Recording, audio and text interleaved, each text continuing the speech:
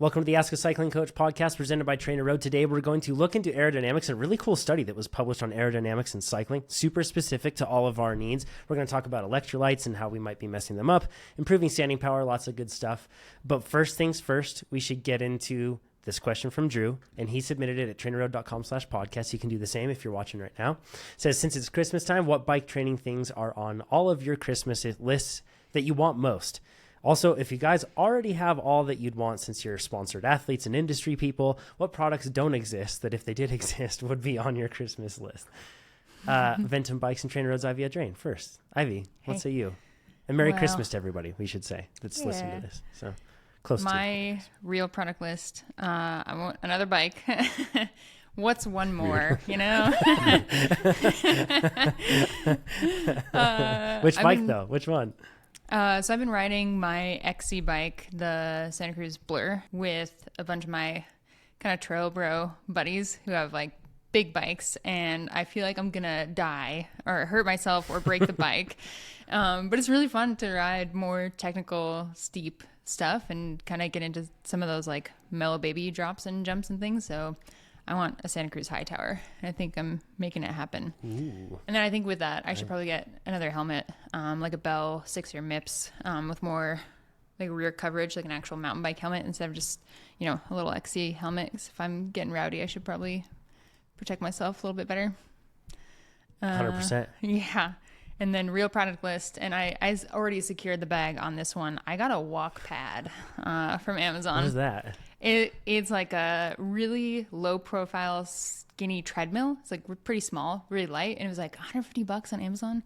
And I saw TikTok girls doing it, and it's so sick. It's like because I love to. This. yeah, they're awesome. The max speed is probably like 5 miles an hour, so I could gently jog if I wanted to, slow run. But they're just really quiet, and so I could just like work on my phone. And I love to walk for like an hour or more. It's just so nice. It's like one of the things that I miss about the gym in the winter. When I had a gym like across the street from me, it would get dark at 3, and I'd be like, well, what now? And so I'd just go to this gym and walk and play on my phone. It was so nice. Because I want to walk for. What if I want to walk for an hour and a half? It's like if I'm walking around town, then an hour and a half goes by and I'm like, okay, I'm done now, I want to be home. Well, gotta turn around and so anyways, almost like TrainerRoad. Yeah Trainer, yeah. Remarkably familiar. So it's just so nice to be able to like do that in my living room, and it's so like slim, so I can just slide it under the couch. It's super sick. So I treated myself to that for Christmas. You went it's like a minimalistic treadmill. Yeah, totally. Does it even have a motor in it, or just all based on you? No, there's a motor. Power? Yeah, totally. There's a motor, and it's super quiet. I love it. I've seen people use those for like at the standing desk. They like, it's like they walk while they work, right? Mm-hmm. Yeah. Walk like 15,000 steps just on this while they work. Yeah. Probably anyway, healthy. So I like that.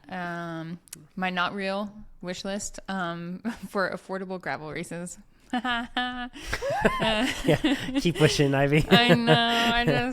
It's wild. It's crazy. I'm just kind of like thinking about what kind of racing I want to do next year and what events I want to go to, and just bums me out that there are so many cool ones that I want to be a part of, and it's already so expensive to just be a competitive athlete, and then to actually get yourself to an event, and then the final barrier to entry is that registration is like $300. It's unbelievable. So I don't like that. I want more affordable gravel races. Yeah. Amen. Yeah. How about you? Nate Pearson. Oh yeah, Nate. Yeah. What's on your list, Nate? Mine are the first one is kind of there, but kind of not. I want like a really big road dropper post. Yes. But even for aero bikes, because there's no reason why you'll descend so much better and be so much safer and feel awesome. And that when you go on turns, that feeling of like the road pushing back, it's so scary when you're like 4 meters from the like your bottom bracket versus like really close. It feels nice and it feels like you're on rails. But the farther you are from that, it's like a lever, and little like twitches or like bumps in the road, they get exaggerated, and it's no fun. I thought about this, Nate. I thought about you. Yeah. Just last week, I saw a smart car going really fast down a mountain road, and I realized it's taller than it is long. And then suddenly I found myself thinking about it. I'm like, whoa, that's the feeling that Nate has when he's on his bike. Because the tiny little smart car was like leaning all over the place, looking like it was going to tip over. And I was like, Nate's way taller than he is long, because the wheelbase doesn't expand at the same rate that your height does, right, as the object on the bike. So like, it makes you less stable. That's how it works. No, geez. I don't know how give thumbs up again.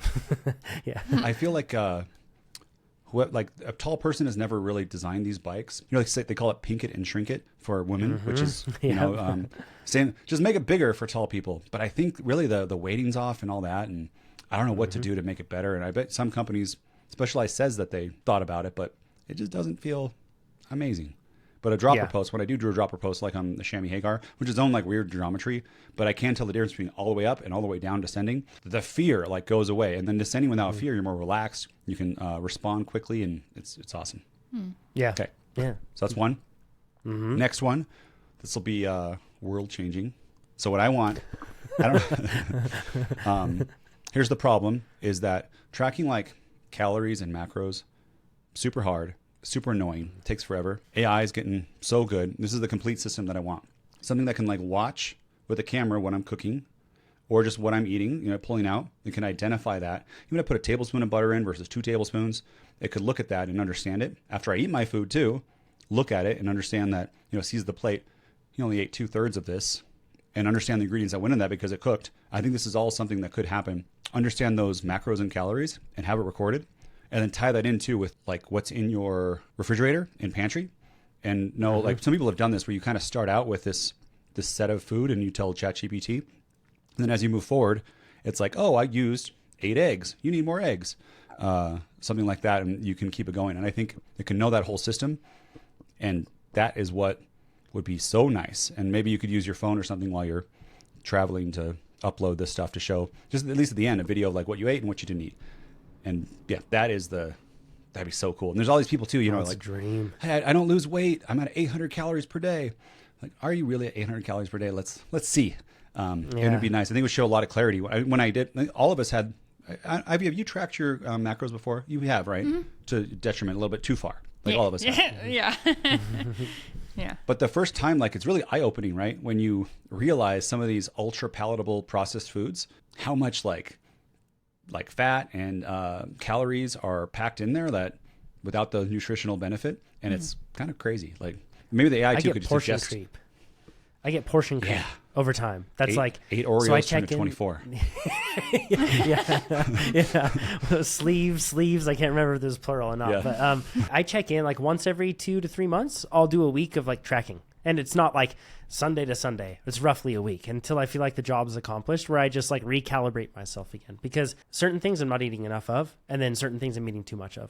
And it's just, but I can't do it all the time. You know, Alex Wild, he can't eat without measuring it. That actually does it for him. Like he's like mentally, that's good for him. That's what he likes. But for me, it ruins joy from food for me entirely.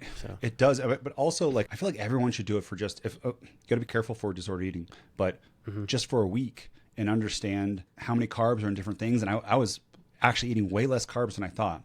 And then I looked at oatmeal, like oatmeal with raisins. Wow, did you know raisins really up the amount of sugar you have inside your oatmeal? And, you know, the tablespoon of olive oil, I was really putting in like 4 or 5 tablespoons of olive oil, and which is not a bad thing necessarily, but I just want to be able to understand that that's, you know, hundreds of more calories. When that might be the only deficit that I want to have during a day, which is nuts too. Yeah, that's probably a good idea for folks to do it just for a week every once in a while. And I feel like I'm probably healthy enough to do that now. And I know that I need to, because I'll like find a new thing at Trader Joe's that I really like, and I'll fixate on it. And I like want to eat it over and over and over again. Tell us. No. Well, this is a new segment. Okay, the pork bao buns that you just like nuke in the microwave. Oh yeah. Incredible. Ooh. Amazing. I've seen these on TikTok. Yeah, fill my freezer with highly them. reviewed. I eat 100 of them, and then all of a sudden I'm like, when did I eat a vegetable last? And then I'll be like sick of them, and I won't eat them for 6 months. It's weird. So I should probably do that, check in every once in a while to make sure I'm meeting my needs. And even if you just do it for a day, that will help. And I think MyFitnessPal, you pay for. I think you may have to pay for a whole month of $20 or something, but you don't even have to pay for it. You can do the free version. You just can't customize like your macro ratios. It doesn't matter though, because you're tracking it. You're not setting out goals or anything else like that. So yeah, you can do it for just free. Awareness. So do some of your common meals, and then you need a scale too. But if it's like a box of something like pasta, you take a picture of that, you weigh it, and then you figure out what it is, and you kind of be really accurate just for one day, and then you get information about where you're at. And I bet most people aren't. I know I wasn't, at least. I wasn't where I thought I was. And then it changed some habits, and now I also have some meals. I still remember kind of like general what they are, and they're really good. And I just kind of repeat them, and oatmeal with some nuts and the right amount of whole milk and stuff. I'm like, ooh, I really like this macro combination. Then we'll talk about in a second the goals, but then with a protein shake, and I can get just the right amount of protein and carbs and some fat, but not like blow it up like a Jimmy Dean sausage pancake, the corn dogs. Trying to, my son's a little underweight, so I'm trying to give him more food. Yeah, so it's a corn dog, but it's a sausage wrapped in pancake. Oh my! I just try to give it to him now. I gotta go to the store. I'll be changed. right back. What? Yeah, no, it's not. That'd be one of those not cycling foods. I mean, you can't do it. You can eat it. Just don't. I wouldn't eat it like pork bow buns. Yeah. I want to share two things that I learn every time I measure food, and I obviously I don't learn them. I just become aware of them once again because it's like, wow. Number one, how easy it is to like take in way more calories than I anticipate just with fat. Like fat is everywhere. And it's funny because I have to work hard to make sure my protein's up to snuff, that sort of thing. I never have to work hard to make sure the fat's up to snuff. Never. So that's one thing that I notice. Then the other thing that I notice every single time, I'm always shocked by it, is how many vegetables I can eat and still stay within a calorie goal and like macro goals. Like the amount of vegetables you can take in. And then once you start bringing in a bunch of different vegetables like flavored differently and uniquely, makes for like really, you feel really so fun good, right? eating. Oh yeah, it's great. It's so you feel like, okay, so let's do a good segue before we go on, John. Sorry. How do you get in lots of vegetables? Probably 4 weeks in a row, I had like a Whole Foods giant spinach container that was never opened. It just goes away. And I was pretty good at making salads for a while. And I think what I'm going to do is in my protein shakes, just shove spinach in, like a green smoothie thing. And try to get through a whole, I think they're 12 ounces or something for a week or 20. I don't know. You don't even have to do do green smoothies. If you're doing like a chocolate peanut butter banana thing, I throw a whole bunch of green spinach in there and you can't even taste it. It just doesn't taste like that's what I need anything. to do. Yeah. Yeah. That's it. Would you throw anything else in there for veggies before we go to John? For veggies? Yep. No. Just, okay. Stuff like Not kale. Carrots and tastes like bitter. Yeah. So just spinach. Just spinach. Doesn't taste like anything. Yeah, it's awesome. Good for nitrates too. I throw in spring mix into a lot of my stuff too. Like I get spring mix instead of spinach because it's more versatile. So then that way, if I just buy a huge thing of spinach, it's just that. My spring mix has a mix, and you can throw in spring mix into a blender of any sort of smoothie, and you can't tell. It's just like more fibrous, basically. Is like what it feels like when you're drinking. Yeah. Is it better nutrition profile than? I guess variety is what's important too. So it's just variety, and. My fear is that it may not be as much as just eating spinach, but at the same time, if I eat a lot of this that does contain spinach and everything else, then I'm probably going to end up okay, So spring mix can be good too with like a chicken and rice bowl or anything. You just kind of put it in that bowl, and you make it into a it's hard to do sometimes though because my tips to get the veggies in, improve the flavor. Yeah, saute it is super easy, and then you can throw that in and it adds a unique texture or anything else to a lot of food because when you saute it. Yeah. If you saute it, add it in, let's say you're cooking some vegetables and some meat in the pan or something like that. You've cubed up stuff where you have frozen veggies. That's one of the best ways to get veggies in is buy frozen veggies beforehand. And if you go to a place like Trader Joe's or anything else, you'll find more than just frozen potatoes that you'll find at a normal grocery store. They'll have a wider variety, which is nice. But get frozen veggies and then throw them into a pan. And when you're doing that, just throw in your spring mix too. So then when it cooks down for a bit, you just have a little bit more. And then a giant pan full of spring mix turns out to be the size of a quarter. It cooks down really, really well. But then that's a good way to get it in. Throw it into smoothies. And then I have a personal goal that I set in last year, which we'll talk about goals next episode that we record next. That'll air around New Year time. Okay. But I was ready. I know.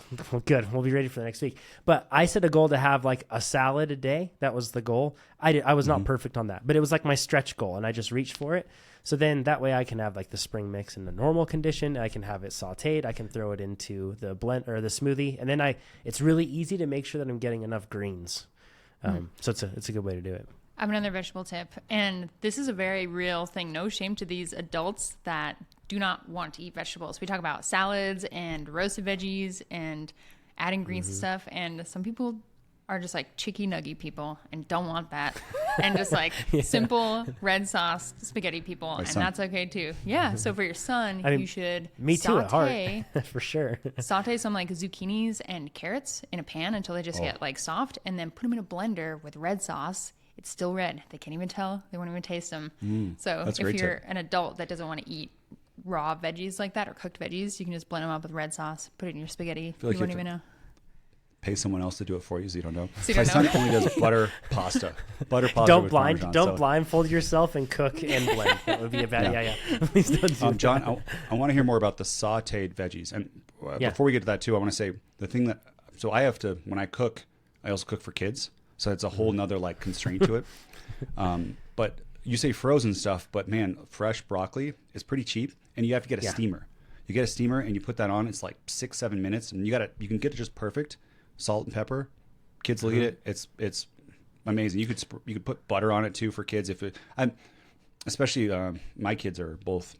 I'm really big, but they're still under the 50 percentile for weight, and they could just eat as much. So I could doctor it up with whatever I want. Not that you should really care about how big your kids are unless there's a doctor tells you. So don't even worry about what I just said. But yes, just always have some like 2 heads of broccoli, and I almost do it with twice a week, I think, and I haven't gotten tired of it yet. Yeah. Frozen So how do you veggies saute? are What do you kind of saute? a Because it's problem. hard to get all the sorry, Ivy. Yeah. Get all the ratios right so that it's the right tenderness and crispiness. You got to put in order, like carrots versus onions. Yeah. Tell me. So typically, if you have anything like an onion or like a sweet pepper or anything else like that you're putting in, I put those in first because they take a long time to cook down. We air fry most of our potatoes and starchy vegetables. That like makes them crispy and delicious, and it serves as a nice contrast to what you're sautéing in a lot of cases. And then you throw in the greens really honestly, if you're cooking anything below medium heat, like in a normal pan, then you can throw in greens, and within a time course of 5 to 10 minutes, it's going to be cooked down to the point where it's not just like a black little charred biscuit of vegetable, but it's going to be cooked down, and it's just like a textural element at that point, and it ceases to add a whole lot of like flavor. The cool thing is and this is a tip from you, Nate, from years ago. This is drifting off from our Christmas list, but hopefully it's just practical advice for it. Nate, you had mentioned like getting a bunch of different sauces and like flavored sauces and just like having those there. That's one of the best parts about sauteing your greens is that they can take on that flavor of whatever you're sauteing with. So I'll throw in like mushrooms. I'll throw in onions, mushrooms, some sweet peppers, some jalapenos, something like that. And then you have almost like a scramble mix of vegetables. You air fry some like sweet potatoes or normal potatoes. Then you throw in the greens. And then throw in something like there's like this really good Chipotle style like spicy marinade that I use that we get from Trader Joe's, and it's delicious. And throw that in there. Trader Joe's. This is a Trader Joe's ad brought to you by Trader Joe's. Yeah, seriously. So that's how I do it there. But yeah, Is that a side just use dish, it- or do you mix stuff into it too sometimes? Like, do you mix into it, or is it like you have a chicken I'm a breast in that bowl or something? eater. I'm like a bowl eater. So I take all that and I take whatever I'm having and I always put it into a bowl. But for our kids, it's different. This is probably diverging a bit, but the one thing we always do with our kids is that we never I try to never force them to eat something. I always ask them to try it. And then if they don't like it after they try it, it's okay. And that in some cases, what's that? Go ahead. Yeah. Sorry, In some I interrupted. cases, that means that the next day or the next week or something else, Simon tries the same thing he didn't like last week, but he just tries it once. And then it's pretty cool though, because that was like an advice from a friend of ours, and it broke down a lot of barriers to now Simon's just totally open to trying anything. He'll try stuff, and that doesn't necessarily mean that he'll eat it all, but I also don't want to obligate him into eating everything. But we can't do a bowl with him. He's got to have everything separated into its own space, and it's a huge key. So on the podcast, so many parents, right? So I think this is relevant, and cooking for yourself and kids, and people might be parents in the future. With my son, the trying thing, do you ever get where Simon just goes, no, I don't want to try it? Because he's like that on but if I want him to try it, he will not try it. I have to just I don't know. It's like a cat. It's You're trying to hard. get inside. You put the milk down and run away and just see if they drink a little bit on the camera. Yeah. My son likes hot dog. I'm good for, send me tips. Put in the form. Let's get some tips because He likes does butter noodles. butter noodles, hot dogs, corn dogs, bagels. He will eat carrots. I can get him to eat like a little bit of broccoli. And the crazy thing is that what his favorite is filet mignon. And that like that. Of and course then, it is. Of course it is. Yeah, exactly. Right. It's gonna be lobster too is the next one. I had a college roommate like that. I'm like, he doesn't eat anything. Like rather than corn dog, okay, I'll do that. My college roommate ate so flaming hard. hot Cheetos, drank Hawaiian Punch, and T-bone steaks, and that was his entire diet the did whole that? time as a college. My college roommate. It was wild. Is he live? So, Is he with us still? yeah. yeah, he's doing great. He was a water polo athlete, super good athlete. So yeah, it can work. But Nate, my a son lot of also the time drinks- it's at odds, right? Because like Yeah. you're trying to cook this food that's like that's going to give you fuel and energy for your workouts, and then you've got to feed your family, and it feels like it's at odds, and it's tough to do. 2 tips, and you might already do these things, Nate, but 2 things that have helped us too, because sometimes Simon just says no. Involve Simon in the shopping, and I go, Simon, we need ground beef. Which one should we pick? And then he picks out whichever one. Then he takes pride in the fact that he did that. And then I ask him, how do you want to cook that? And then I involve him in cooking it. And that does seem to increase the likelihood that they will try it. And it doesn't mean that they will like it, but at least they will try it. Sometimes like last week he wanted a dragon fruit, and it was like $6 per dragon fruit at the store. And I was like, Whoa. that is so expensive. I didn't want to do it, but at the same time, I wanted to encourage my son to just like try things and to experiment and to further that habit. So, but that's like then getting them involved in the shopping, then the cooking and preparation of it does seem like it helps break down the barrier a bit. But we made smash burgers, and he helped with that, and he said it was the best hamburger he ever had. And also what's helped is to look at TikTok so he can see the whole process, because usually he'll say, yeah, I like that. And then once it's on the table, he's like, I don't know, it's like this. I don't want this. And he'll people say, just don't feed him. And he switch between his mom and his dad's house. He will just not eat. Like, willpower is crazy. He'll be like, fine, I just won't eat. I'll eat mom's house. So I give in and be like, okay, here's your butter pasta. The other, one last thing. What you just said about having them involved, and frozen veggies too. Fresh veggies taste so much better when they're cooked. Pro tip: 12-year-old daughter, she's getting allowance now, $40 a week, which probably is a lot, but I don't really know what the rate is for 12-year-olds. Just folding laundry and other chores, room clean, but also helping with dinner and cutting all the vegetables. And then she eats everything. And it's so nice, right? She's in the kitchen with me, and she's like prepping and stuff, and can. It's if you're scared too with your kids with cutting, there's you can get like a mesh glove to wear, or even a cotton one on your hand, and then you just cut up and talk about the day, and that's really fun too. It's awesome. Yeah, good tips. My Christmas list. So mine, sticking to the bike stuff, I'll go quick. SRAM transmission, I want it. I don't have it. I've ridden it. It doesn't feel life-changing like they market it, at least in my opinion. But the fact that you just don't have to deal with derailleur hangers anymore, it would just be nice. Tell us more about the SRAM transmission and your experience with it. Yeah, because I demoed it on, and I've ridden a couple bikes with it for, I don't know, probably about a collective 30 miles, mountain bikes with it. And it's like you can shift under load. It's electronic. It's wireless. It's got all those good things to it. And it's effectively silent. Just works really darn well. It shifts almost like Shimano in terms of smoothness, but it also shifts way more robustly under power. It shifts better when you do 1200 watts and you try to shift than when you do 100 watts.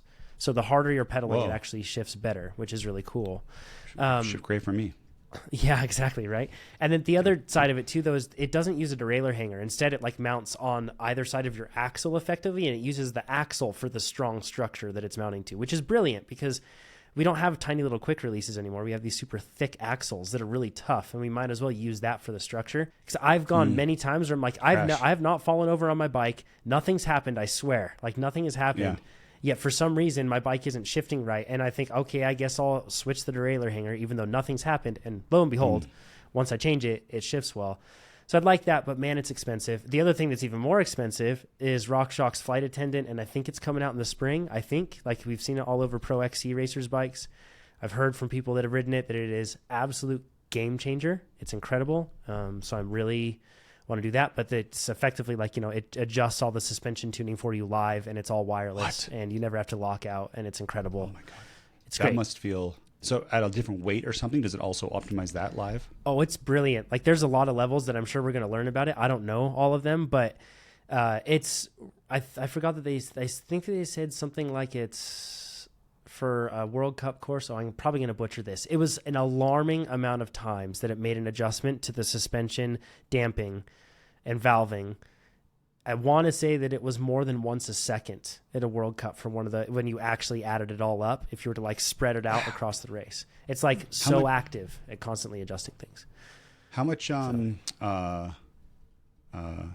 was their weight increase? Yeah, or? I think that How much? So it hasn't been launched yet, but what it sounds like is there's a weight increase of about 250 grams, but I might be wrong. But 250 grams, you're talking like half a pound. So the watts that you lose for like the suspension is way more for the speed. And the cool thing is that it uses your power meter. Biking. It uses your power meter to adjust all of this. So it's like taking accelerometer data, movement with your suspension, how you're moving through the stroke, and then it's also taking in data from your power meter and your bike when it's shifting and what gear it's in to be able to understand the right suspension adjustments. It's brilliant. That must be the there's like a lot of people don't know this, but your power meter has like most power meters, not like Cork. I don't know, maybe just Cork.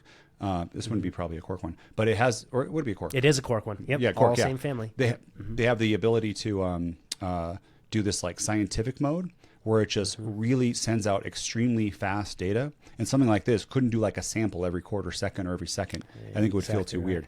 So when TrainerRoad hooks it up, maybe there's like, a little bit of lag, and you've probably seen that in other apps too, but it takes more battery power, but that's what that would need. And that's pretty cool.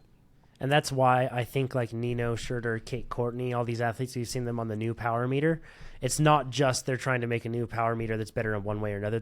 It's because it's sensing different things that are not currently sensed, and it's sending them at a rate, like Nate said, that's higher. It's pretty cool. Wow.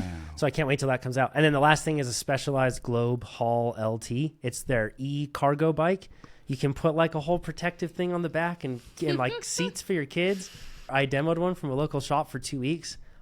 It was incredible. And I'm honestly considering going from 2 cars to 1 car and having that.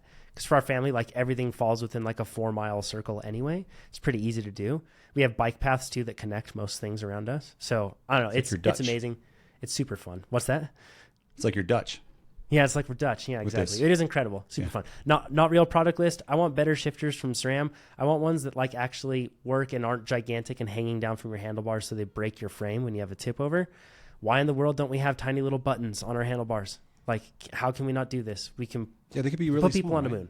Well, Yes, can they you don't have to imagine though hang when down you're from like your sprinting, like cross-eyed, like trying to find like a tiny itty bitty little button? I think you could make them work. They just make them tight to the bar, like a collar around the bar. You know what I mean? Instead of like a thing that's dangling down. Jonathan, what and you I'd want figure it out. exists. It spins on the handlebar next to the grip. Yeah. That's true. I could do grip shift. Yeah, but effectively like that. Like we need better, and then also a lighter, like electronic rear or dropper post would be great. I love the reverb one because I like being able to swap it out when I don't need it. But it's like a metric ton. A really good all black 2-in-1 skin suit. This is on the imaginary list because it doesn't exist right now. Like no one makes them. You can What do you mean by do 2-in-1? custom kits and it's like $400 or $500. It's like a jersey that's sewn to the bibs and there's no bib straps. So like a road it's suit. like what you have. Yeah. Yeah, kind exactly. of thing. I call them 2-in-1s because the road suit part, like it might just seem like a skin suit, like a normal one. But where it's almost separate but it's still connected in the back. If somebody knows of one that's all black, please let me know because I would love to race in that. I wish that Velocio or Rafa made one, but they don't. And then a set of really good rollers, meaning like Tax just released that cool new Neo trainer. I want like all that sort of tech, but in a really good set of rollers. And it's probably like me and 2 other people in the entire world, so I don't blame anybody for not doing that. But that's what I personally want. So, okay, we've got a bunch of, or not a. Oh yeah, okay, go ahead. I got one more imaginary one. What I want is like a training system that like monitors your fatigue and then gives you a warning before you go too far into like that you might like dig yourself in a hole. So it's called like a yellow day. And then if you keep going, it gives you like a red day. And then if this system then adapted your workouts to understand that these yellow days happen and would like preemptively adjust your training so that you don't get off track. And the part is that the hard is that yellow day, you'll be able to do it, right? Like you'll be able to do the workout on that yellow day. You'll be able to do a big day, but it's going to have an impact in the future. And then if you go yellow, then red, it could have a big impact in some way that would like, maybe a system that like we'll call it workout levels V2, took all the work that you did outside and fed it in theoretical. Yeah, theoretically. To this red light, green light product, which we have, by the way, we need a marketing name for that. Where are we on that? Like, let's crowdsource this. Where are you? Let's go to that in a second. So anyways, I just got a message on this. I'm going to see it after this. If that goes right, I'm going to have certain people on the forum start using it like tomorrow. Well, it's already going to be live to more people. And then if that works, we're going to go early access for people. And there's so many cases and stuff that we're going to have to understand. But anyways, with my stuff, looking back on like the history, it's really cool to see like a yellow day and then look me like end a workout early and be like totally cooked. Like, like it correlates with that, which is really cool. And yeah, the design is done and it's awesome. We need a marketing name. So I think fatigue management. No, I forget what we called it. Oh gosh, Nate. Yeah, you're putting me on the spot. I can't think of it right now. We came up with a good name, but I bet somebody else could come up with some good names for it too. Fatigue signal. The idea too. the idea is that it doesn't, it's like it's a warning and like a notice rather than like, and then you can adapt based on that. But the hard part for some people is like, you're going to be able to do a workout that day. Most of the time. Some of the red days you won't be able to. It's just like someone going, you sure you want to work out today? It might impact next week. And you're like, I got this. And you might not got this. So like we're trying to get it out ASAP. But holidays and stuff are going to be tough, but it's going to be amazing. Fatigue monitoring. Yeah. Fatigue monitor? Could be, yeah, that's what that's one of the ideas we came up with. Exactly right. It's exciting. I looked back at my career and there were many times and it would have saved me. And I'm not like tooting my own horn here for kicks or anything, but I feel like I'm quite attuned to what I can handle and what I can't handle. And I still make mistakes. Like I've been doing this for a long time and I still make mistakes. And this system would have saved me quite a few times from getting into putting myself into a hole. And looking back at my training history, Nate, I didn't find any issues with it looking back over the time course of 2 years. But again, like you said, there's lots of edge cases we need to discover. So I love when it was a yellow day and I just naturally took it off. I was like, yes. You knew it. And then what the next step is we think this might be a way to help subscribe volume for like Plan Builder of running it through like a simulation with red light, green light or fatigue monitor. And then see what is the right amount that you're not going to get into these holes. And plus like add these other options. And I guess I'll spoil this too. We're adding the ability that on Plan Builder to change not just a workout, but change it to a group ride or a solo ride so that, every Saturday you do a group ride that can go on and it would be part of your plan. And once you do that ride, workouts level V2, we're not going to show it to you yet. There's still some tweaking, but the back-end system uses it to understand that ride. It's more than just TSS. It's using all the workout levels and where you're at to understand how much that ride really stressed you to then, either adapt the next day or tell you you're good to go and give you different like a caution or like maybe a danger. You want to slow down here. Slow down. That's really cool. And I forgot what I was going to say. Oh yeah. So the group ride thing too. You can have every Saturday be a group ride, but then also have the ability to switch it back to a TrainerRoad ride. So a group ride gets canceled. You're like, boop, I'm going to switch it to a TrainerRoad ride, and you get your regular workout that you would have had, or whatever the workout adaptive training thinks you need that day. Very easily to go back and forth. And that's a very common question, and I think it's going to be a little nice feature added to it.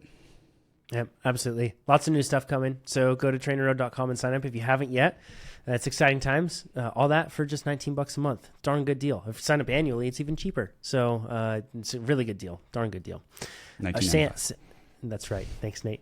Sam says, "Hi team. I'm hoping you might be able to help with the terrible case of out of the saddle wobbly hips, which I've noticed even more on the trainer. I'm a road cyclist, and I've recently noticed that if I'm out of the saddle, not putting down massive amounts of effort, my hips seem to flip flop up and down. Imagine a line between hip bones at the back going vertically up and down on each side, like a seesaw. So like this, and during the pedal stroke." Sam says, "It does not look slick. I've tried positioning, tried to activate my core, but not entirely sure what I should be activating. Abs, obliques, lats. I do regular core training, so I'm unsure if weakness is the problem. And I've also tried various amounts of bike rocking from pulling with the lats, but still seem to have a degree of wobbling. My flexibility is pretty good, and I ride a fairly aggressive position. I feel like there's a bit of technique I'm doing wrong, but I can't figure out what it is. Any wisdom you can impart would be very much appreciated." So even though in this case, Sam said that like strength might not be the issue, it's still like, because they do some training, I guess somebody listening to this, let's just assume that Sam's already doing this, but somebody listening to this that has this similar problem, strength is very commonly an issue with this sort of thing, some sort of deficiency, right? What sort of exercises would you recommend? Yeah, and I mean, a lot of riders that I know do a lot of core still are some of the poorest form riders when out of the saddle, because so much of the core things that they do are so just very linear, very forward. And when we're out of the saddle, we're using so much more than just this like forward strength. And so you can do, 1,000 crunches a day, and that doesn't mean that you're going to have core stability that's going to help you when you're out of the saddle and looking for that fluid motion, that strengthening things like your transverse abdominis does and your obliques. So those transverse abdominis, it's the really deep core muscle that stabilizes both your spine and your pelvis. And you can train that or strengthen that by doing something like planks, and with your obliques, the side planks. But I don't like these anymore because I find that it's really easy to have bad form and kind of cheat when you're fatigued, to like let your hips drop like in both positions. So anyways, to train your transverse abdominis, you can do a dead bug lying on your back. You can Google this. Sorry, I shouldn't try to describe it. We'll put it on screen too while you're saying it. We'll put it on screen for people. Mm-hmm. And a hollow body hold. There's not twisting in here, but because of the stability nature of it, that's what will help you when you're out of the saddle. But the oblique strengthening is something that's not a forward motion, that involves stability also. So like a Russian twist or wood choppers that's like the beginner version and the advanced version. Wood choppers are super tough. And this is really crucial in your rotational stability that will really help you get out of the saddle. And you can try transverse abdominis activators before you ride to see if it helps you get out of the saddle, just like by sitting or standing with good posture and taking a deep breath and holding it through your nose. And then as you exhale, imagine pulling your belly button inward towards your spine as if you're trying to make your waistline smaller, and then hold this contraction for 10 or 15 seconds while continuing to breathe normally, and that'll help activate those muscles, and then release and repeat like 10 or 15 times. And you can tell that this area is a weakness of yours if just doing these activators feel taxing. If it feels like doing a core exercise and it feels difficult, it means that your transverse abdominis is probably really weak, and in which case you should do some more exercises to try to strengthen it specifically. Yeah, very good. Yeah. Other exercise options too, break dancers. I'll put those on the screen so people can see it, but make sure you're touching your toe. Play Dance Revolution. Yeah. Yeah. Plank hip dips is another way that you can work on this. Like instead of like Ivy said, like you can cheat with planks and just kind of let your hips drop if you want, but plank hip dips are really good for that. It's like one of my favorite ones. Windshield wipers are also another one that can be really good for this sort of thing too. All those sort of rotational things that you're doing. But Nate, have you, we've talked about pedaling out of the saddle and feeling unstable. You've talked about this a ton before. Did you find anything that helped you feel more stable on the bike? Any sort of like technique cues or anything? I want to challenge the whole premise that it's a bad thing that the hips rock. I was just watching videos of Contador while you said this. I'm like, doesn't Connor he's like a dog wagging his tail? Yeah, one of the greatest climbers of all time, like dope and stuff too, but or tainted clenbuterol beef, allegedly. It is I don't know. Good cover, Nate. Yeah. It's obviously not enough to make it so that he can't win climbs. And some of the things to think about too is that if you are taller, this is going to be exaggerated, and if you have longer cranks, this is going to be exaggerated. And if you both of you have seen me walk, but I'm tall and I have long legs, and when you have a longer stride, your hip automatically has to dip. So when I walk, like my hips like go because I take long strides, and it's just like physically impossible to get your leg out without dropping your hip. And now when you're up above and you're doing this, you're probably in a position that feels, it's not going to be locked out, but it feels pretty comfortable. You're not going to be really like deep into your squat when you're doing it. And the only way to keep your hips level is going to be able to you're going to have to be deeper into your squat and be maintaining that and kind of like shifting your momentum each side. And I definitely do that on mountain biking when it's a really steep, like if it's mountain biking and it's a steep thing, you can't do the shift because you'll just lose contraction. And I've seen you do it too, John, where you're like really deep into your squat and you're doing all the things that you should, pulling back the handlebars, really dig that rear rail in. And it's like your chest is toward the bars, your chin's toward the bars, sort of a thing in those situations. And like a sprint is different than just getting out of the saddle too, right? Like to your point, Nate, it's totally different. Yeah. The main thing that I think of with this is that you will have hip movement, like Nate said, and it's okay. And don't feel like you need to cut it out. If you do feel unstable, that's a different thing. And feeling unstable, a lot of the time, like Nate said, when you're coming up, a lot of people don't bend their knees a whole lot when they're standing out of the saddle, and they kind of keep their legs a bit more straight. And as a result, they get a lot of upper body movement. But if your shoulders aren't moving, all that movement's going to get stuck in your hips, and it's not going to be able to transfer upward through your body. If you're on the trainer, your bars probably aren't moving a whole lot, right? They aren't turning, and then the bike isn't moving side to side. So probably what's happening is that all the movement is getting stuck in your hips. It's not just leaning your bike to the side as well either. You'll notice, like, look at Contador when he's riding, his bars are like turning when he's out of the saddle. And it's probably not the most effective way in terms of like, he's probably losing watts by like, turning his handlebars while he does that going up the mountain. But that's why you'll see riders not wag quite as much, is because they're moving the wag into the bike, or they're moving the wag up and spreading it out throughout their body. But in this case, something's got to give. Like, you're pedaling, your hips are definitely going to be moving because your legs are moving a whole lot.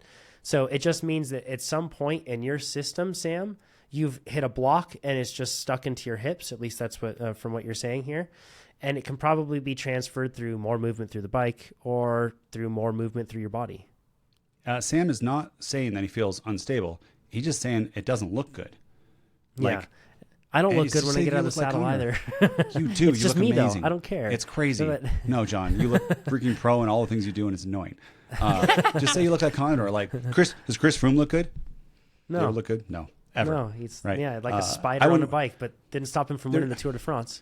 There's something too when you trade a ton, and I think there's probably a Condor too, is you develop efficiency, and like your body naturally gets into whatever the efficient state is for that part. And maybe your hips are a little bit wider or something. I'm not sure. There's something in your bones that make this happen. And rather than trying to conform to like a certain air quotes look of cyclists, just focus on putting more watts and what feels like less gassing. And you could try these things where you squat a little bit and all this stuff and see if it really helps.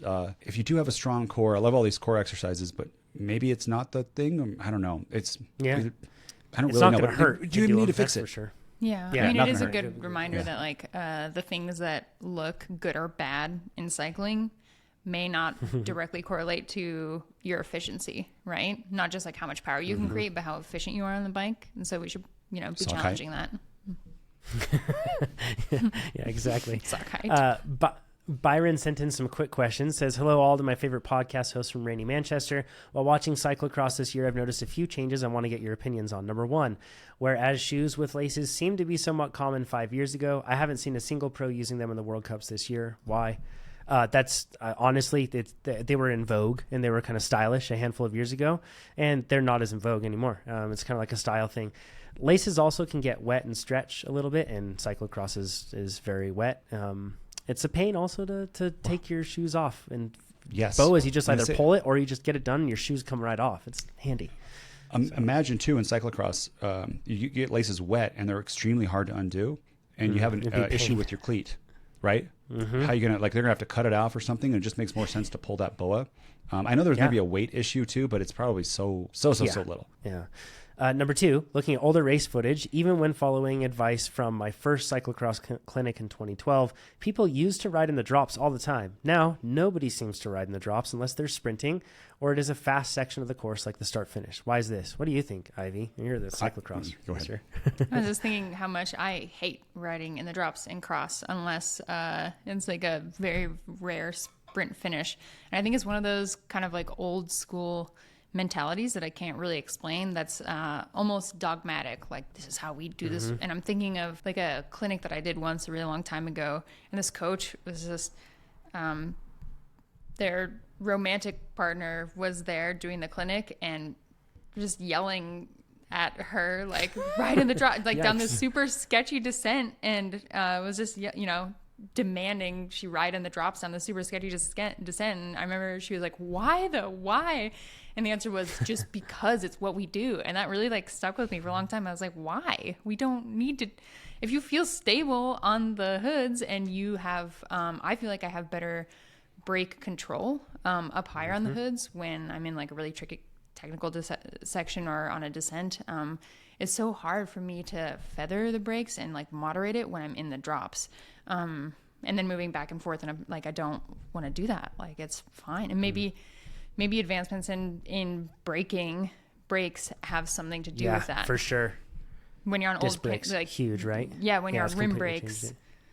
maybe you do need more braking power on a tricky descent, and that's maybe why you should be in the drops or something, or it's harder to moderate or feather the brakes on rim brakes when you are up on the top of the hoods. But we don't need to do that anymore. Disc brakes are amazing. Mm-hmm. Yeah, stack height has also gone down on a lot of bikes as well. So where you're putting your hands, like if you were to put them in the drops, it's really, really low. Whereas before, head tubes used to be a lot taller on bikes, and now they're a lot squattier in a lot of cases. So because of that, like, yeah, you're already low enough. You have way more control on modern hoods too. They're way better designed. Like you can hold on to them and get a lot of leverage on your bike. Yeah, it seems like it makes a lot of sense. Number 3. This reminds me of Pete when he set up his crit bike, that his like the tops would be like the bar, like the drops. And because he knows he's going to be in there all the time. So instead of having to switch between, or like everything you said is the downfalls of being in the drops in cyclocross, you don't have the disc brake issue. It just makes sense to set it up where you're going to be the whole time aerodynamically. And even like, man, I'm trying to think of like, do you ever see Vanderpool like in the drops? Hardly ever. Sprint finishes across like long start straights, but typically he's always got his hands on the hoods. So I'm looking at like pictures of him right now, and I don't see a single one of him in it. And just because it's probably the position is set up for that. And he has no spacers, and I think he's got like a, this negative stem, and it makes sense. Yeah. His next one, I'm seeing that what seems like most athletes consuming gels on the starting line, and it didn't used to be this way. Will a gel really help in such short races? Yeah. I think we know more about nutrition than we did even 5 years ago, like 10 years ago and beyond. Oh, yeah. Yeah, huge change, right? I remember when I started maybe like 2007, I remember like the goo being like, consume 20 minutes before your race. I think maybe, just correct me if I'm wrong, Ivy, but does cyclocross have more tradition, kind of like, how like triathlon is like cutting edge, and they'll try everything. And then she's rolling her eyes. Yes, sorry. And as you go you did that deeper, out loud, Ivy. Sorry. into like the purest air quotes cyclists, there's more tradition and less science. Guys, it's so annoying. I just can't tell you how many times I've heard just because it's just what we do. No, it's so annoying. Cyclocross specifically has such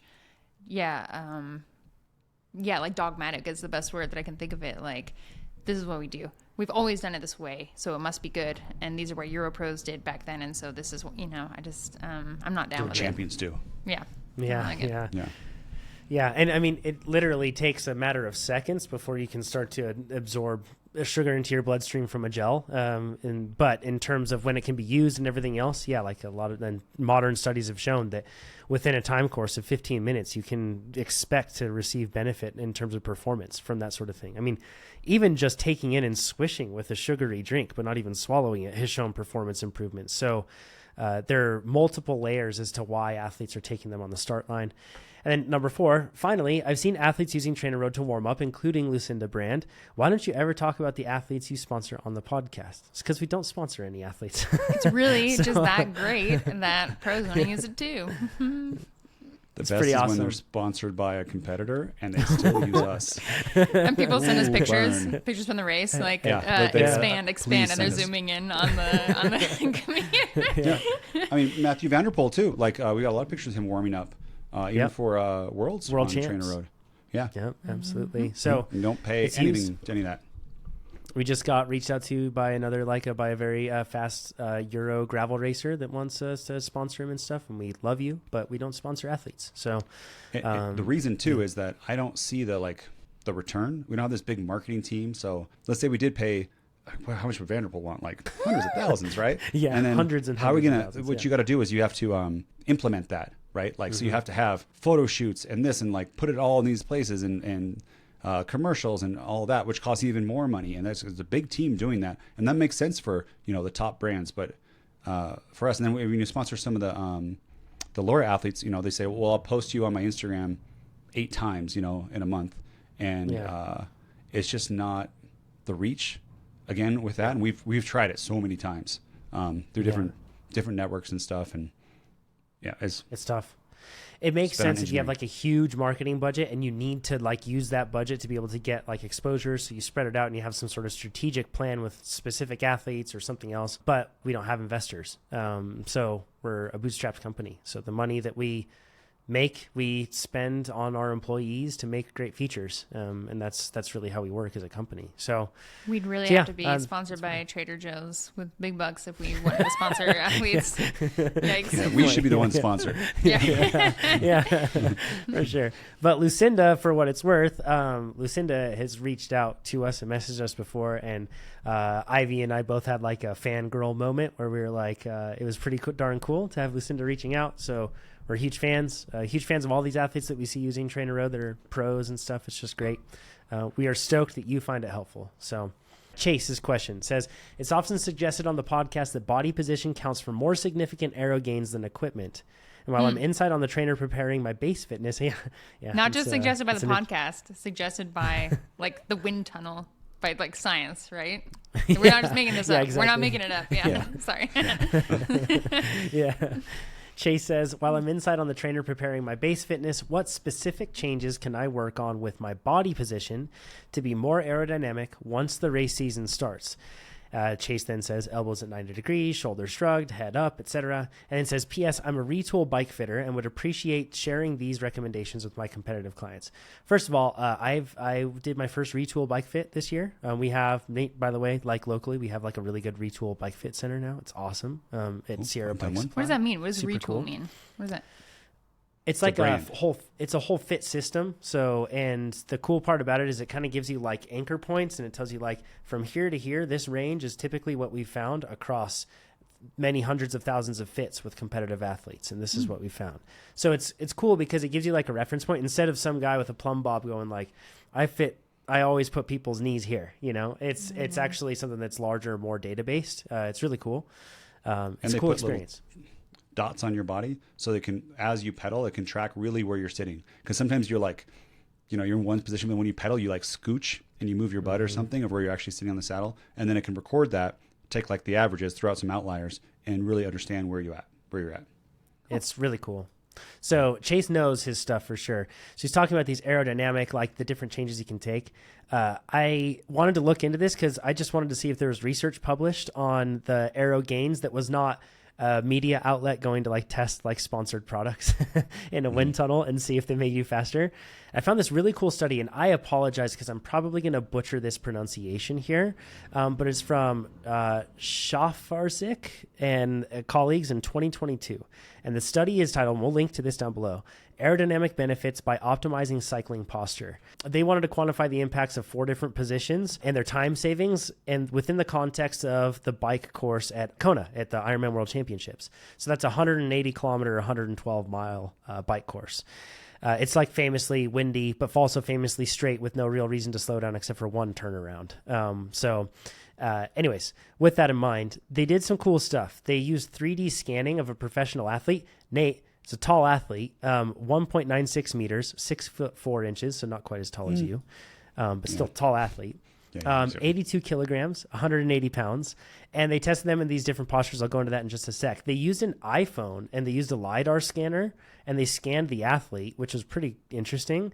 And then they used 3D modeling and a machine learning actual like a model to be able to look at this scan and then turn it into a person. And they validated a bunch of this in a lot of different ways, and it all worked to be able to create like a person that they could run through software to then calculate CDA and all the implications that it would have. It was super neat. The software that they used was called Nabla Flow's Aero Cloud software. And these are the 4, and they tested at 22 miles an hour and yaw angles from 0 to 20. Yaw means 0 degrees, like if you had a perfect headwind, no side wind whatsoever, and then 20 degrees would be on either side. So they tested these different positions. They tested one where you were just up, like super upright, and that was hands on the hoods and you leaning way up. They tested another one where they had their hands in their drops and their arms were slightly bent, but mostly straight, right? But just down to the drops. And then they had the one where, like Nate mentioned earlier, Pete's position, where hands are on the hoods and then your forearms are dropped so that they're parallel with like the top of with the ground, so to speak. So really hunched over, and then your hands are on the hoods, but your arms are parallel to the ground. And then the last thing that they did is they tested a time trial position that this athlete had. And there are some super interesting things that we're going to get from this. And then we'll bring it back from this. We'll bring it back into practical things you can do. But basically, here's the breakdown. So yes, the two most aerodynamic positions, of course, the time trial position was the most aerodynamic. And then they also had the position where they had their hands on the hoods and the forearms down low. That was also pretty darn aerodynamic. And yes, being in the drops was slightly more aerodynamic than being you're straight up on your bike as well. That was the worst position. But here's the interesting stuff. So not all positions were affected the same depending on yaw angle. And this is really neat.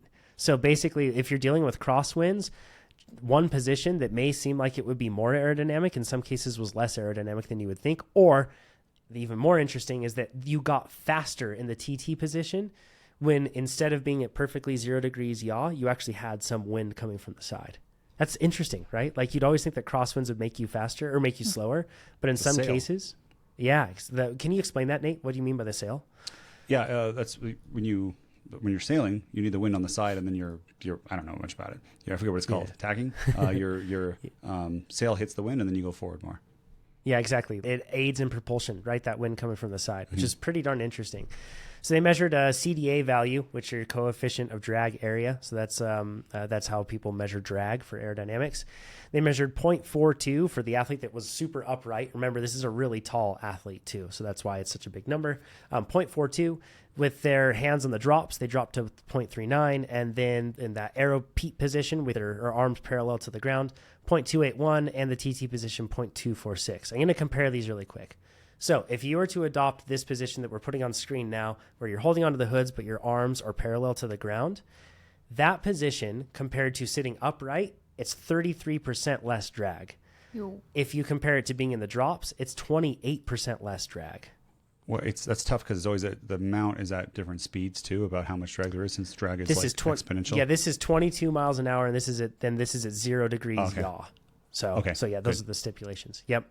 And then if you look at the time trial position being upright, that was 42% faster. Time trial position versus the drops, 37% faster. And time trial position versus that peat position is 13% faster. Faster or percent less drag? Less drag, forgive me. Less drag, I should clarify. Because less drag doesn't 42% equivalent. faster.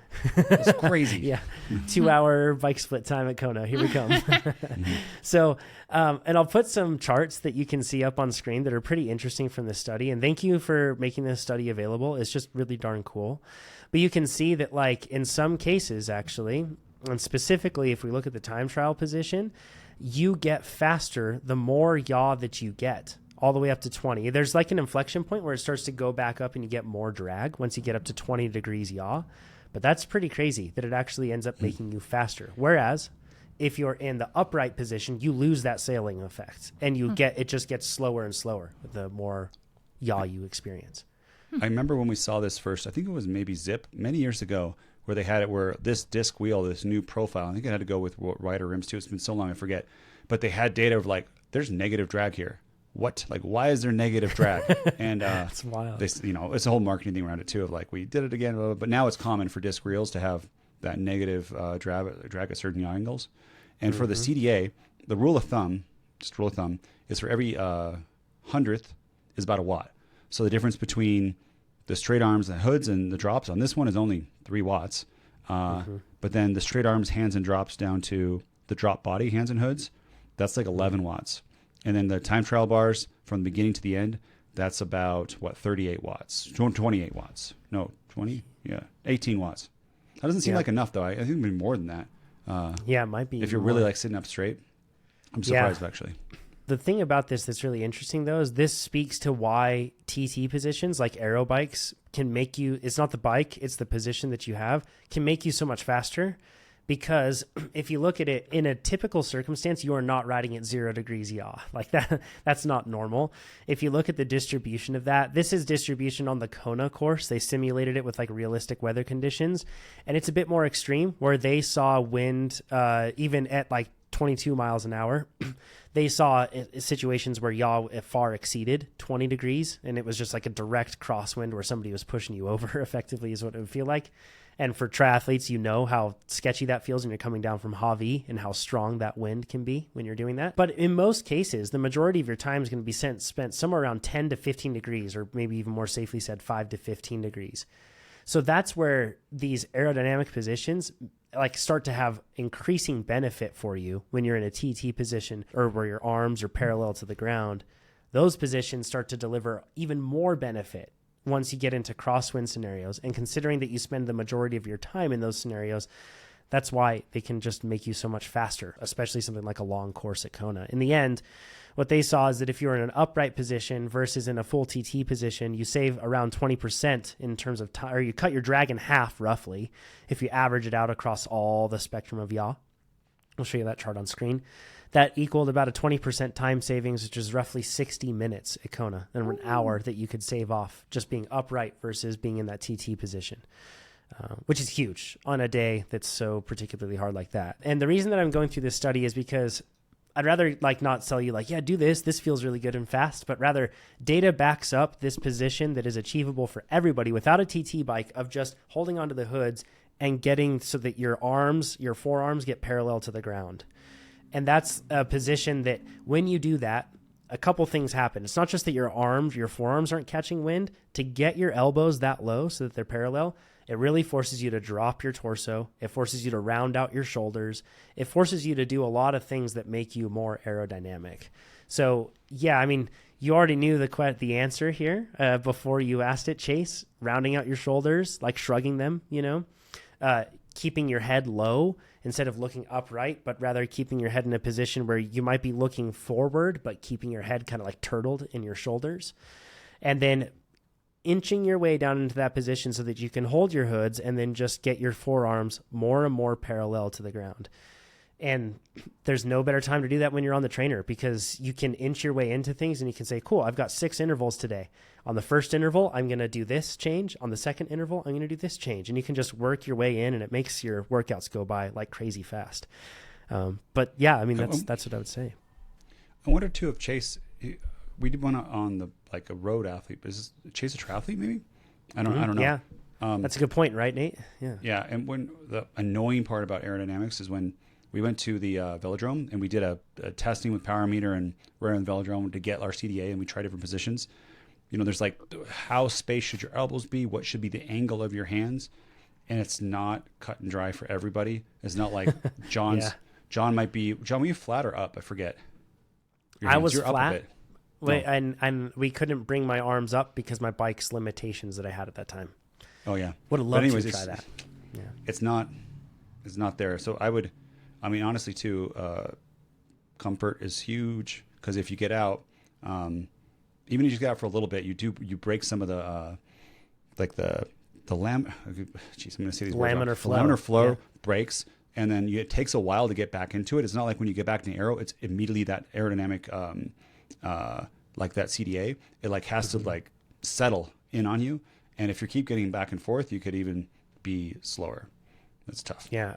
Good example of that is like if you have like a thing in your plan is to sight every 10 or 15 seconds, and you tucking your head down, if you have like a long tail on your helmet or something like that, you tucking your head like into an aero position, then looking back up and repeating that over and over, it might be just as well that you just stay in a spot that's a bit more comfortable and you can see the whole time, because like Nate said, every time you do that, it might take half that time just to reestablish laminar flow anyway. And meanwhile, you're making yourself uncomfortable. So yeah, you have to inch your way into it, right, Nate? Regardless of whatever changes you do, you just have to like incrementally spend more time there. So this is the great time to do it in the base season on the trainer, be able to adapt to it. It's perfect for it. I was riding this weekend with Chelsea Sodaro, Ironman world champion, and she's awesome. And yes, good point. Thanks for calling me out for that, Nate. But we were talking about Kona and about Ironman and all this stuff and optimizing positions and these pro athletes that you see that look super aerodynamic and everything else. It's not natural. Like these, a lot of these athletes they consciously are doing exactly what you're doing right now, about thinking about every interval, spending a little bit more time or making another little subtle tweak and working their way into it. It takes a lot of work for these, even at the tip top of the spear, a lot of work. to get efficient like this. So yeah, little by little, just work your way into it. Okay, Jennifer's question says, I'm hoping to win the lottery for Unbound 100, and I've started doing training, but I seem to have a problem. On my longer training rides, I'm having trouble staying hydrated enough without having to pee every hour. Generally, I'm drinking 1 bottle of Scratch per hour on these rides, lasting 2 to 3 hours, plus drinking 16 ounces of plain water about 2 hours before my ride. I'm worried that there won't be enough bathroom stops or any trees to hide behind along the Unbound course. So is there something I can change to remedy this problem, i.e. more salt intake, different electrolyte mix, etc.? Have you ever had to cope with a bathroom break in the middle of an endurance ride? Love the podcast, by the way. You guys are my favorite thing to listen to on Zone 2 workouts. So I'll put while pedaling. I'm just thinking that. You don't have to do that. Like a racehorse. Full gallop. Yeah. Honestly, if you're racing, why not? I'm going to put on screen so people can see the amount of sodium that's within and potassium. Otherwise, they're quite similar between Scratch and then Precision Hydration's stuff. This isn't me promoting Precision Hydration. It's just they have a really easy to understand breakdown of the sodium amounts and the electrolyte amounts within their products. So it just makes it really easy. Scratch has 380 milligrams of sodium and 38 milligrams of potassium. Meanwhile, the least dense product that Precision Fuel and Hydration makes is called their pH 500. And that just has 500 milligrams of sodium. So significantly more than 380. It also has, all of these ones have 250 milligrams of potassium, which is an important electrolyte in your body as well. Not as crucial as sodium though. But then if you look at that, then they have a 1,000 milligram one and a 1,500 milligram one. So relatively speaking, Scratch is pretty light. So I mean, maybe that's the case, right, Ivy? It's just just not getting enough sodium. Yeah, I think 1.5 grams of table salt, just regular table salt, is I think 600 milligrams of sodium. Yeah, it's right around there. Yeah, around 700, 800. Yep. Yeah, most athletes that we know, sweat rate is you're losing about 500 milligrams ish. Oh, at least. Jennifer, Jennifer should do get one of the affordable Gatorade sweat tests to figure out how much sodium you're actually losing and how much you need. And then from there, I would want Jennifer to try to change up the hydration strategy to get more sodium and less just fluid mass to see if that helps you have to go to the bathroom less. But other things to consider, bladder irritants like caffeine. Are you timing your workout so you are they really early in the morning and you're slamming 2 big cups of coffee so that you can do your workout and then trying to do your workout and drinking could that contribute to it? Or weak pelvic floor muscles may be causing you to urinate a lot. When your pelvic floor muscles are weak, you're not effectively emptying your bladder every time you urinate, so it may make you feel like or actually need to go to the bathroom shortly after you just did. And there are plenty of exercises you can do to strengthen your pelvic floor. I don't think it's a pelvic floor thing. It might be, but I think it's just a sodium thing. I just looked on the website, Nate, and those Gatorade patches are half off. I know that's not evergreen because you might be listening to this and maybe they aren't half off, but if you're listening to this now, look up Gatorade GX sweat patch. And they're half off. So you can buy 5 of them for $37 here in the US. I'm going to get some. Yeah, it's pretty cool. And I've never, Nate, I don't know, but I can't remember your sodium loss rate. I feel like was quite high. I know your fluid rate was high, but I've never heard of a person being that's been tested. I've never heard of them being less than 500. Around 500, yes, but less than 500, I haven't heard of. So it's kind of like an alarm bell for me, Yeah, test it out. Also, Jennifer, you can drink less. If you start to pee every hour, drink less. Good time to have not having your food in your bottles if you don't have that dialed, especially for this, having food separate from that so you can separate the two. Because it's the variables you're going to have, even though you lock it in, for Unbound, could be hot, could be cold. You don't know. Unless, did they change it where it's always a hot or cold? But I remember, I don't know, when I was doing it, that it was variable, too annoying amount variable of what it could be in Kansas. Maybe the whole same day, right? Could be blazing hot, then thunderstorms. So you're drinking water and you're raising your plasma volume, and your body wants to be in this homeostasis, then you're going to pee later. the faster you drink the water, the faster it's going to try to like bring it back down. So if that earlier bottle that you're doing an hour before these rides, plus the plain drinking water 2 hours before the ride, you're just like slamming it. I don't know if you need to do that to like load up on water, especially if you're peeing right away. I would just skip that, or at least do that what Ivy said too with that and electrolytes. Yeah, and then so everything you guys said too. But then another thing I learned, this is a little bit off topic, but not.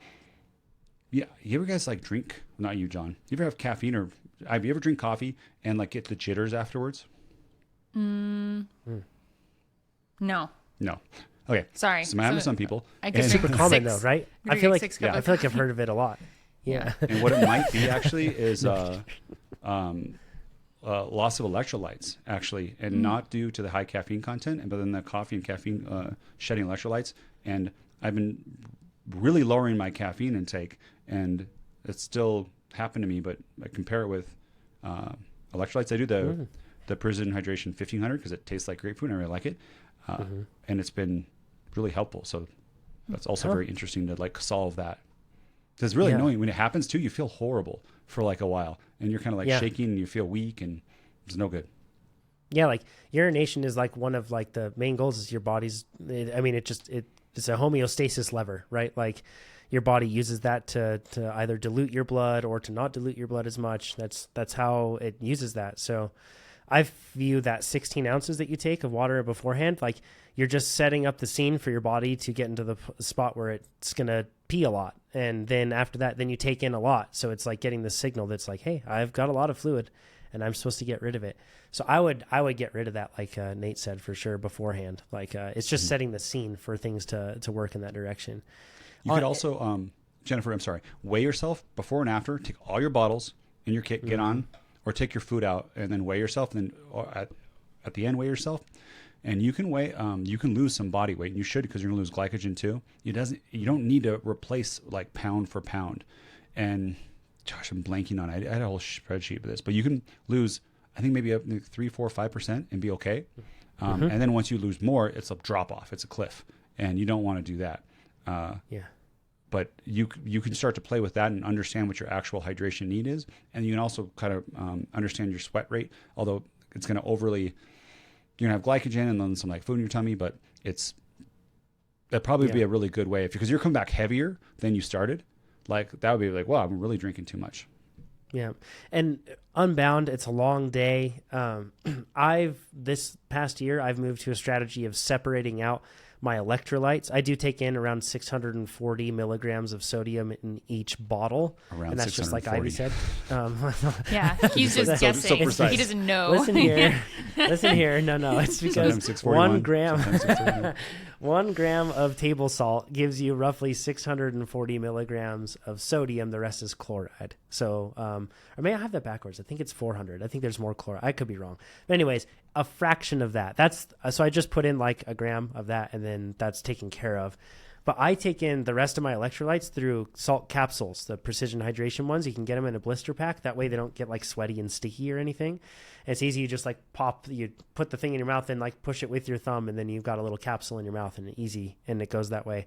Because I found problems before with when I'm drinking electrolytes. I also get to the point where I pee too much because, and then if I'm just taking in gels, then it makes it really hard for me to do both. So I have all of my sugar, my carbs, and glucose and fructose in my bottles, and I drink that. And then I have my sodium mostly separated through those Precision Hydration capsules. They're 250 milligrams each, so that means that you might be popping a lot of them. But yeah, I mean, when I did like longer races this year, I was popping 3 to 4 of those things an hour sometimes, and it was really hot, and that's what it felt like my body needed. So it can be a good way, like separating the two. So then just to take in electrolytes, you don't have to drink a bunch of water, like Nate was pointing out. So, all right, Nate, these next 2 questions are related but entirely opposite to each other, and they kind of beg for your perspective as like the person that was like, if you were me, what would you do? So Michael says, hey guys, love the podcast, showing love from Belgium. I have a question regarding kermesse racing, mostly flat races. I live in Belgium, which is a blessing and a curse. Lots of races, but high-level bike racers. There are no Cats 1 through 5. It's Elite 2. In other words, riders without a contract, which is what I would be racing. That's pretty savage. Ouch. You have a contract or you don't have a contract. That's your entire category system. That would be, that's pretty rough. The racing is basically a crit of 100 to 120 kilometers done at speeds of 45 kilometers an hour. That is a long, 60-mile crit. That's that's pretty intense. So I'm new to cycling, and with my competitive swimming background, a sprinter doing 50 to 100 meter races, I'm a pretty big rider. My gym lifts are 140 kilograms for my squat, which is 300 pounds, 180 kilograms for my deadlift, which is 400 pounds, 100 kilograms for my bench, which is 220 pounds, and 60 kilograms for my overhead press, which is 130 pounds. I pen low row. That's the hardest thing to say in the world. The same as my bench. I'm still somewhat chubby at 95 kilograms, 210 pounds. And I went down to 80 kilograms at 176 pounds, but my sprint fell off by a ton. So what should I focus on being a heavy rider in terms of strategy and training? My FTP is around 250 to 260, and I have a 6-second 1800 watt sprint tested at a cycling center where I was weighing 90-ish kilograms, and a 850 watt 30-second sprint, which peaked around 1300 watts. I also did an unloaded max cadence test, which is around 237 RPM. That is speedy. My sprint technique also probably needs some work since I don't shift in my sprint. Lower RPM sprints work better for me, they said in the cycling center. Sounds like a track cyclist. Those are some impressive numbers, though. The 6-second 1800 watt sprint, if you're in position, is going to be enough to win a bazillion races, including pro races. Yes, if it's going fast. Absolutely. But the position, you're not going to be there. With a 250 watt FTP, I mean, you're not going to be in position to be able to do this. And honestly, to have better race results, you probably are going to lose some of your sprint power, because having a 300-pound squat, 400-pound deadlift, and 220-pound bench is not very common, right? Or we'd see the top sprinters kind of have probably this. Most cyclists can't do that. If you go back to there's what are the videos called? The race analysis videos we have. There's a whole bunch about where Pete's a heavy rider, actually probably the same as you. And I was around maybe like 180, 185 during that. It's all about momentum and like keeping momentum and not hitting the brakes and like coasting back and forth, because you're so heavy. When you have to accelerate, it's going to feel harder than everyone else. And these are the long races. Those little teeny accelerations are going to be tough. You obviously have a fantastic 850 watts for 30 seconds. Yikes. With a 1300 watt peak. I mean, dude, that like 30 seconds to go, or actually even 1 minute to go, you 1300 watt pop off the front, or, you know, if it slows down, which this race probably won't slow down because I'm guessing there's like cap 1 level people in it. It sounds so hard. You got to get that separation. And then if you're doing 850, everyone's looking at each other and being like, they can't catch you. 1300 watts is going to be like what they might be able to do in the sprint at the end. And if you can go back to front at all, that'd be amazing too. Ivy, you want to say something? Here's the thing though. These numbers that were gathered in this test, could Michael do this at the end of a 60-mile race, 100-kilometer race? No way. You know? No way. Right? Yep. And so Michael is my favorite kind of sprinter to beat. People like to look, I'm serious, people like to look at a big person, a strong person, someone that has a history in traditional sport or lifting weights and has like really big 1-rep PRs and just like look like a meatball and look like traditionally strong. And those are the people that can't reproduce those numbers at mile 60 of a race, and they can in a controlled trainer setting or even in training, right? Especially at speed in the last 4 or 5K of a race like this. I think if Michael really wants to be a better sprinter and get better results, you need to work on lengthening your sprint. So if you can turn a 5 or 6 second really good effort into a 10 or 12 second one that has less pop, and you're focusing less on that short game, or, you know, the really short power explosive stuff, understand that, and I'm sure Michael's probably already experienced this, that it's not going to be like a slow, I mean, it does happen every once in a while, but most of the time a sprint finish like this isn't like a slow drag. We're looking at each other and then you get to do a big burst and you're fresh and you get to just for 5 or 6 seconds go as hard as you can. It's not like that in a sprint finish. And so to focus on lengthening your sprint when you are already fatigued and when the speed is already really, really high is something that you have to practice in training and something that will help you get better results.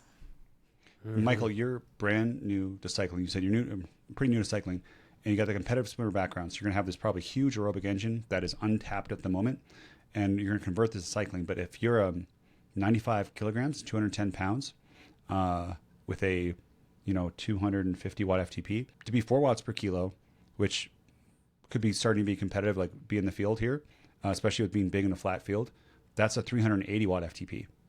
So that's a long ways to go. And I could do pretty well with like 360, but not with your sprint power. So if you can combine the two, but you got to be okay losing some of that sprint power. And what Ivy said is you have to be able to put the power out at the sprint, and you got to have a big aerobic engine for that. And imagine in a race, I don't know how you're going to sit in with 250 watts. Even with that, if these people really are 4 or 5 watts per kilo, it's going to be hard to even draft these people and when they're going fast. Hopefully there's some kind of lower level race you can do. As I'm thinking they're just like thrown with like, Justin Williams or something like, I guess not that, but like, if really you're like a pro or you're not a pro, basically. It's pretty intense. 4 or 5 watt kilo people who are just going to like be really, really good. But that's, you're going to use TrainerRoad, do your, up your FTP. You're going to be able to put out your FTP 250 watts for hours later, which is crazy. Hours. You're going to hold it for like the whole race is going to be your easy pace. That, if that's your easy pace, then you're going to be more set up for the sprint. Mentioning that he's 50 to 100 meter swimmer. That's the background.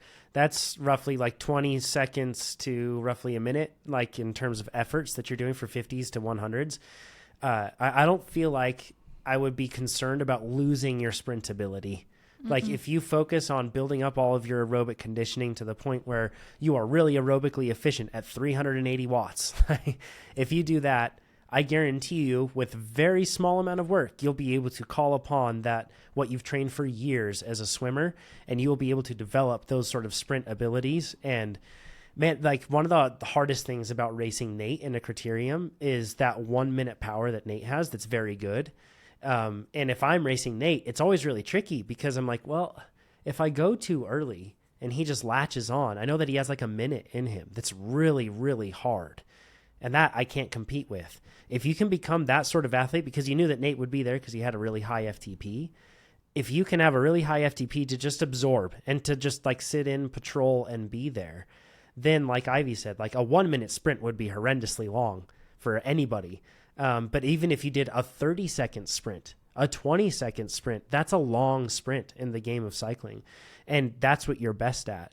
So like Ivy said, it's about lengthening that sort of sprint and getting to the point where you can actually utilize that. And I don't want to race you. If you get to 380 watts, oh my gosh, I do not want to race you with that sort of sprint and that ability. Oh, you would be winning Cat 1. If you had like a good brain for cycling, you'd win Cat 1 races that have no acceleration and no hills, because if they have those, it's going to be hard. But if it's just a flat, like a 4-corner crit thing, you would be killing it. That's a really good point, John, too.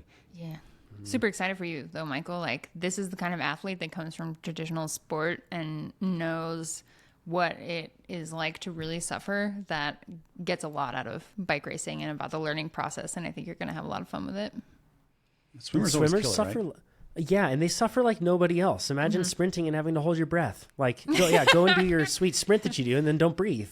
Like, and Michael, it's just like, and swim into a wall at the end of it. Like, it's just wild.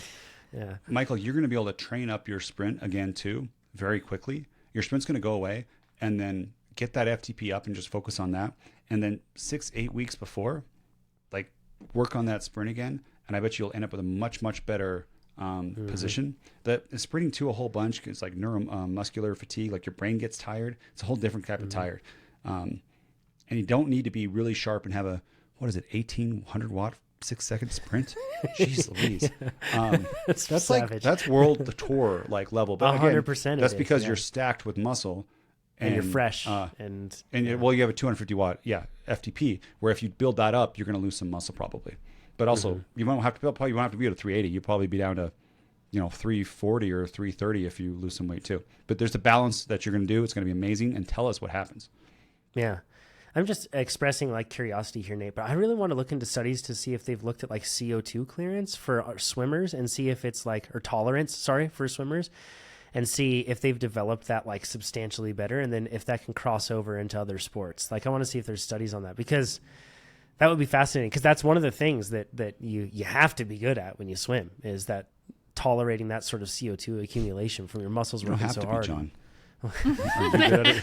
Yeah, sorry. Yeah, I drink the pool when I swim, so yeah, I wouldn't know. So, yeah. Okay, now on the totally other side of the spectrum, Chris says, I've recently started cycling after a lifetime of rock climbing. I climbed at a high level for years, including a 3-year competition stint. I've always been on the shorter side at 5'9". So 5'9". Oh gosh, maybe one of you can do that math and see what it is in short centimeters. king. I forgot to No, just kidding. That's not short. Sure. It's fine. It's not Sorry. But for rock climbers, it might be a little shorter. My strength was always brought into light. Centimeters. Thanks, Nate. Awesome. My strength was always brought into light when climbs were long and physically demanding. I've effectively had to give up climbing for 9 months now due to elbow issues, but I found a huge passion for cycling, particularly climbing at a weight of 131 pounds. So it's a climber build, right? 5'9", 131 pounds. The challenge is when I look on Strava, I seem to be good on short climbs, even snagging a few KOMs on sub 1 minute climbs. But I joined a local group ride last week and I got dropped before we even got to the climbs, then waited for the group when they were doing their second lap in the climbs, and I got dropped again after a minute on a 5% climb. So my question, and I hope this can be read when Nate is on, as what would Nate do with his notoriously thorough approach to make me the best cyclist I can be? Many thanks for the hours of entertainment and facilitating my new obsession. Let's go what Chris has. The info we have with Chris. Chris has recently started cycling after a lifetime of rock climbing. Rock climbers, their strength is insane. Like nuts. I saw this video of like there's like the big bodybuilders challenge a rock climber to do some like pulls and stuff, and he was doing the same weight. Yeah, I was like crazy a guy that looks like the strongest man on the world, and then a very they're strong looking, average, but average looking person, relatively speaking, and they can average fit. Yeah, it's insane. Effectively, I had to give up climbing for 9 months due to elbow issues. Give up climbing doesn't necessarily mean you need to. That I never climbed, and I got my FTP up to 360 something. I don't remember, somewhere up there. Really I think high. He's saying climbing. I think he's saying climbing like rock climbing. Yep, I had to give up rock climbing for 9 months to the elbow issues. Yep, yeah. Okay, and, huge passion for cycling. 131 pounds. Now, with this, I wish I knew your watt kg or your what it is, because you're brand new, and man, brand new. The drop right here, dropped left and right every time, all the time. And when you say you're better at short sub 1 minute climbs, I think you don't even know what you're good at yet, because your whole system's underdeveloped. You have a lot of potential that's untapped. That's a better way to put it. Is you got to put in many months in the TrainerRoad and get that FTP up so that all these surges don't hurt so much, and then that's going to help you too on the climbs. And then when you get, you can, once you have baseball specialty and you get some anaerobic work there too, and general build and stuff, so that you can kind of even these repeated hits hurt even less, and you can kind of snap onto things and get in aerodynamic position or drafting again. But that's what it is. Like, be consistent, eat carbs. Don't be afraid of that. I know you're 131, so sometimes I've seen that like some of the lightest people have the most like they're so scared to gain weight. That doesn't necessarily mean you're going to be slower. And two, when you're like building your FTP, I'd be even less concerned. When you get up to like 4.5 watts per kilo, it depends on your age too, but that would be really, really, really high, like one of the top people. And you will go like, you want to lose 3 pounds, maybe then try it. But by fueling your body all the way through, that FTP is going to go up so much faster than trying to hold that 131. And your legs are going to get bigger too. You probably shed some upper body weight, and who knows what that will happen. And I wouldn't stress about the weight or even about getting dropped in this, because I bet you these people have cycled for way longer than you. And you might think too, I was a rock climber, so that means I should be fit, because you destroy them in rock climbing. It's not transferable. And even some aerobic sports, it does help, like swimmers, they'll come faster. rock climbing isn't aerobic enough, in my opinion, to really have. You probably have grit and determination and all like those kind of skills that you need, but not the many years of aerobic engine build conditioning. Mm-hmm. Yeah, like rock climbing events are going to be pretty short. Like relatively speaking, we're talking on the time course of even if it's a long one, it's going to be like a minute, maybe 2 minutes. I don't know, something like that. I could be ignorant here, so let me know if I am in comments on YouTube. Let me know if there are ones that are longer than that. But typically, it's not going to be a very long thing. So long is relative to the sport for sure. By the way, 131 pounds is 59 kilograms. Ivy, sorry, I jumped in on you. No, that's okay.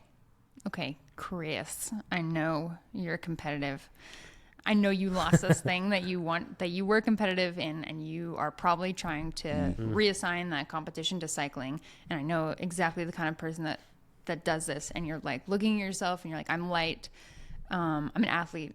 Why aren't I hanging with these people? And I think the worst thing you can do right now is make any sort of competition to these people on these group rides. Maybe don't do these race group rides for a little bit. Do group rides. Learn from other cyclists.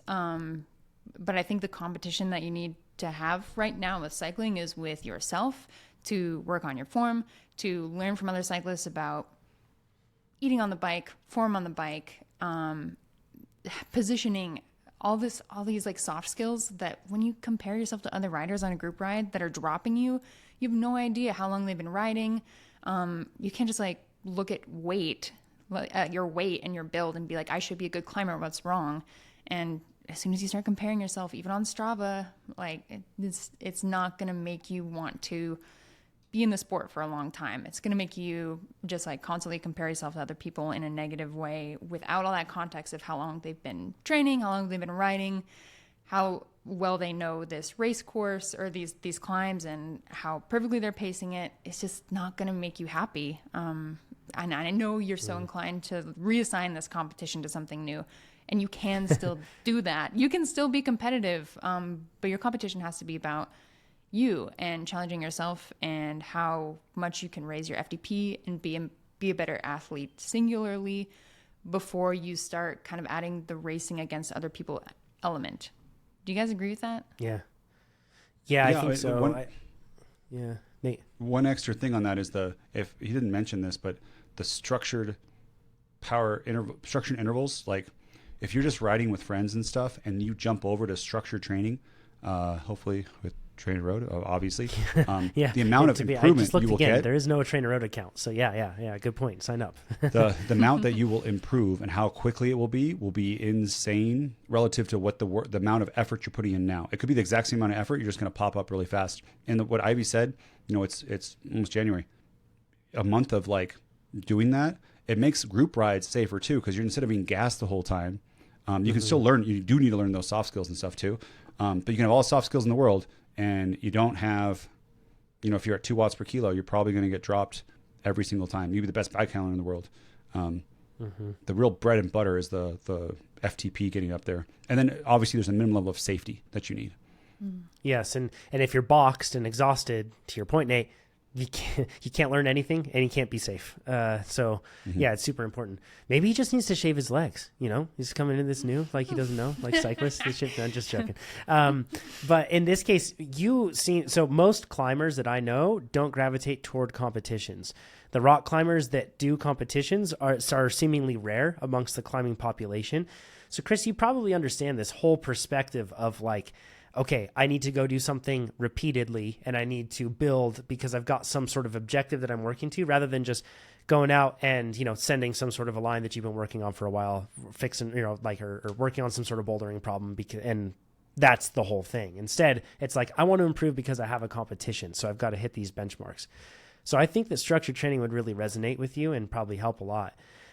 But blending the two of them, you can do. I don't know where you live. A lot of rock climbers live in cold, wintry environments in the winter, but you could blend the two. I know a lot of climbers like to be outside and amongst beautiful nature and everything else, and you can do all of your TrainerRoad workouts outside too. If you have a head unit and a power meter, get some Garmin pedals. That's like a super easy, accessible way to have a power meter. Boom, you've got it, and then you can swap it from bike to bike even, and you can do all your training that way. It's just a really good experience. So I think you'll catch on to it quick.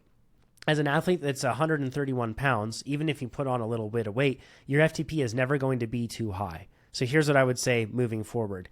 That means that you have to be the king of efficiency and self-control. Like, you have to be the sort of rider that doesn't respond to everything, that knows when to keep the powder dry. Whereas an athlete that has a huge FTP, they can get away with riding with more aggression and less care and I guess less of a cautious approach to how they use their power. You won't have that. But that means that you get to be a tactician and you get to be very choosy about when you use that sort of thing and very precise. Probably aligns with a lot of the approach that you do with climbing. You have to be so precise. So that probably is going to work really well with just like your psychology and how it works. But just always know that with a smaller FTP, just because of wind resistance and everything else, you will always find yourself in situations, if you're riding with a group, racing with a group, where you will have to be very careful about how you use your power. Because while some person's riding at threshold, you'll be riding VO2, or while they're riding tempo, you'll be riding threshold. So it's complicated. Unless you get on steep stuff, then you're in your realm. But everywhere else, you have to be really careful. Yeah. Even then, when you're drafting, sometimes I've been drafting behind big guys like you, Nate, and you have really big FTPs, and we're rolling at like 36 miles an hour, 35 miles an hour through a flat or something like that with a tailwind. And it's hard for me to hold that speed on your wheel because for me, I'm at 300 watts and that's roughly my threshold. Meanwhile, you're at 360 watts and you still haven't hit your threshold, right? So it can be tricky. A big part of that is what you just said is the tailwind, because when there is the aerodynamic drag, you can hide, or there's a crosswind and you can't like echelon out. That's the other part. Mm-hmm. But I think of like, the great sprinter in Reno. Jose. Think about him. Yeah. He's probably around this size, and he just hide. He doesn't have an extremely high FTP. For Chris, 4 watts per kilo. Everyone at 131 is 236 watt FTP. So, another case too where you might be better gaining some weight, and you can still be at 4 watts per kilo, but also it's always better to be at that 4 watts per kilo and then also be away a little bit more, because then you have more watts into what John said, more watts to use in different situations. Yeah, absolutely. Fun questions today. Thanks for submitting them. Everybody that's listening to this, if you haven't submitted a question, go and do that. Go to trainerroad.com/podcast. This is how the podcast continues, with the questions that you have.